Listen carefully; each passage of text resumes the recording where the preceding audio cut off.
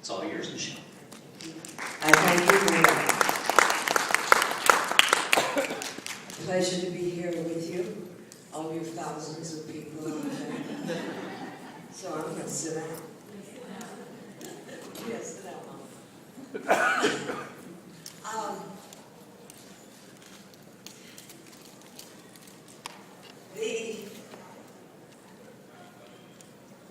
The entire moments of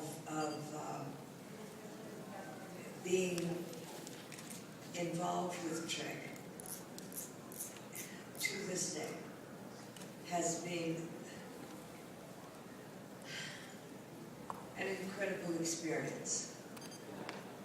For most of it, it has been an honor. Some of it was excruciating. But you learn in this life to handle that kind of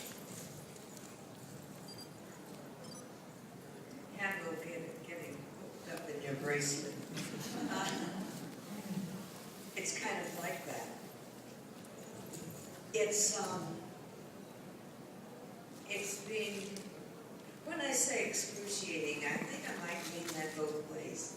Excruciatingly painful, excruciatingly wonderful. Most of wonderful are the people that I met within Trekdom, and that means you. It has been, whenever I go, I think of the people that I meet whenever I'm signing autographs or before thousands of people and talking and all over the world. Trek has changed people's lives in a magnificently marvelous way. And in a spiritual way, in a self-examination way, in ways that before Star Trek, I think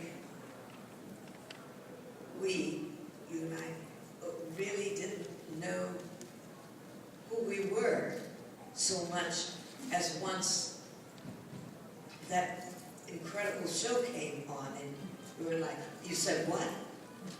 And it was like you did a double take, didn't we? It was like discovering ourselves, our true selves, and our rights, and our elevation in life, that we really were somebody. Each and every one of us, we are somebody. And it took me some time into it because at that point in time, I was really like everyone who has a career or a drive to go somewhere, to reach a level. You think of me, myself, and I. Me, myself, and I includes our family, if we have children, if we have loved ones, so that, but where am I going? Where do I want to go?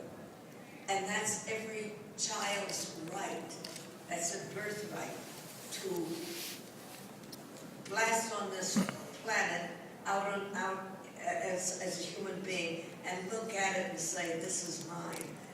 Now what do I want to do? Who am I? And discovering who you are, and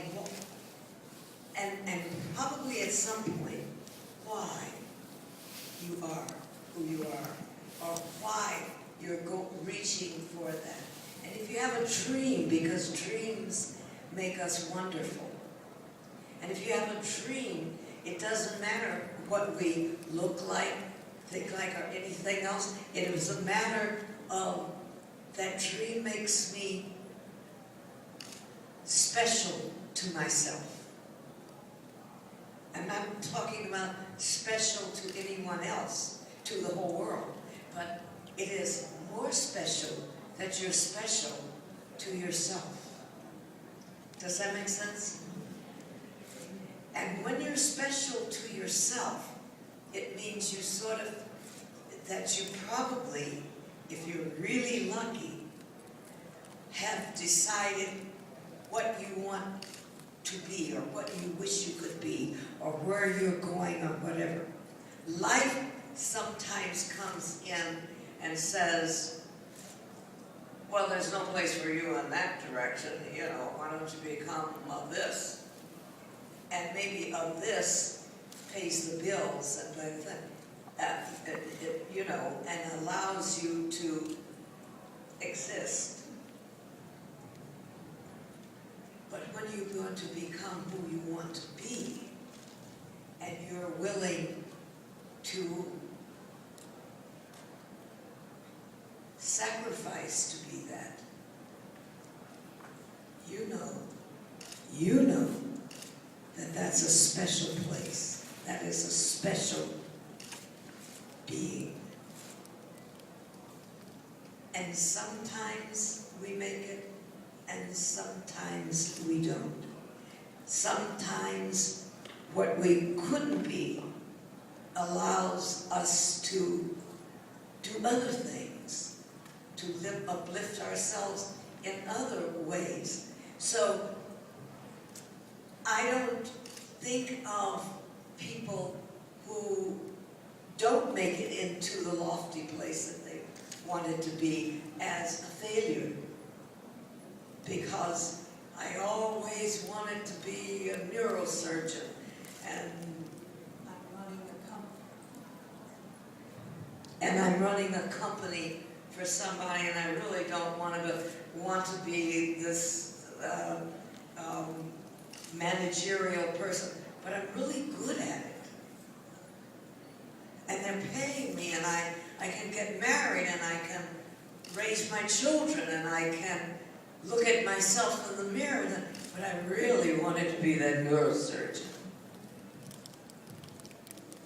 You never lose it, because maybe you will run a company that advances a new technology in neurosurgery.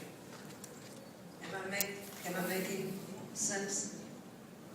Maybe what you think you're settling for to be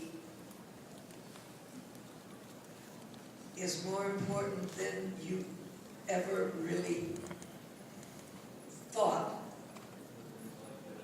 of as being important. What we do is important. Example, how does that apply to me? I knew what I was going to be from the time I could think. I grew up in musical theater, and when I realized what the epitome of musical theater was, Broadway, I knew I was going to be a musical theater star on Broadway. I knew that was my fate. And so I prepared everything, and everything about me said that everything that I loved doing was preparing me for it. I studied